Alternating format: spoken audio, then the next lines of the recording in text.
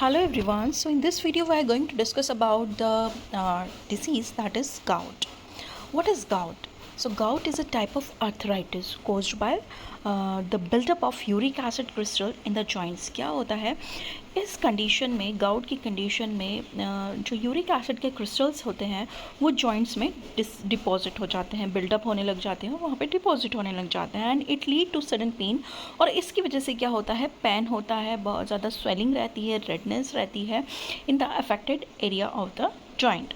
Okay, so simply gout क्या होता है, it is a type of arthritis caused by due to buildup of uric acid crystals in the joints. Okay, अब इसके reasons क्या होते हैं, causes क्या होते हैं, किस वजह से uric acid crystal का deposition होता है. So it may be due to too much uric acid in the blood. आपके blood में अगर बहुत ज़्यादा amount में uric acid है उस वजह से होता है. Then uric acid is formed from the breakdown of purines found in some foods and drink.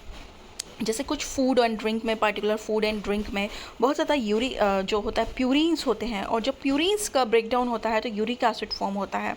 तो हमें पता होना चाहिए कि हम हमारे फूड में क्या खा रहे हैं. अगर आपको यूरिक एसिड क्रिस्टल फॉर्मेशन की प्रॉब्लम है तो आपको प्यूरिन्स इनटेक फूड में कम लेना है. ऐसे फूड हमें कम लेना है जिसमें प्यूरिन्स हो.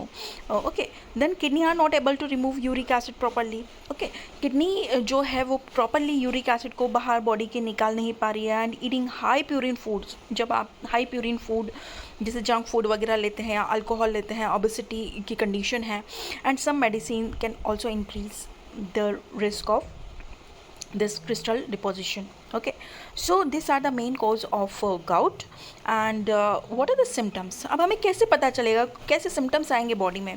तो सडन एंड सीवियर पेन होने लग जाएगा आपके जॉइंट्स में. There is sudden pain, severe pain in the joints, often big toe में, जो आपके पैरों का जो टो है वहाँ पर बहुत ज़्यादा होगा.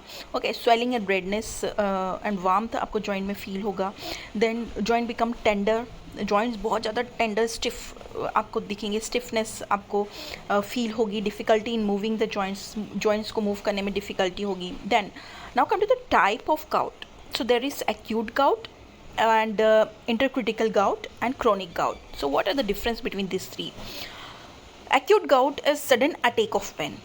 एक्यूट गाउट में क्या होता है, सडनली पेन का अटैक होता है, स्वेलिंग आती है, रेडनेस आता है.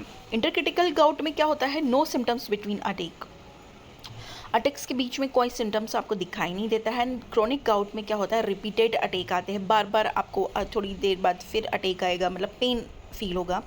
May be may form toffee lumps, मतलब टॉफ़ी लाइक या lumps like uric acid crystal under the skin यहाँ पर डिपॉजिट हो जाएगा. And okay, so you will feel the pain of the crystal or lump. Okay, now come to the treatment. क्या treatment होगा gout का. So during acute attack अगर आता है तो रेस्ट द अफेक्टेड जॉइंट. आप अफेक्टेड जॉइंट को ज़्यादा यूज़ ना करें, उसको रेस्ट दें. ड्रिंक प्लेंटी ऑफ वाटर आप अच्छे से लें, जिससे ब्लड का जो है प्यूरिफिकेशन अच्छे से हो, जो टॉक्सिन्स है आपकी बॉडी से निकले. देन मेडिसिन जो है, NSAIDs like ibuprofen, colchicine and steroid are advised by the doctor. Okay, long term treatment में क्या होता है, medicine to lower uric acid level, uric acid level को कम करने वाले मेडिसिन आपको दिए जाते हैं, जैसे allopurinol. And regular follow up with the doctor. Okay, lifestyle and diet, आपको आपकी लाइफ स्टाइल भी सुधारनी होगी. जैसे अवॉइड करना होगा हाई प्यूरिन फूड, जैसे रेड मीट है, ऑर्गन मीट है, सी फूड है, इनको आपको अवॉइड करना होगा.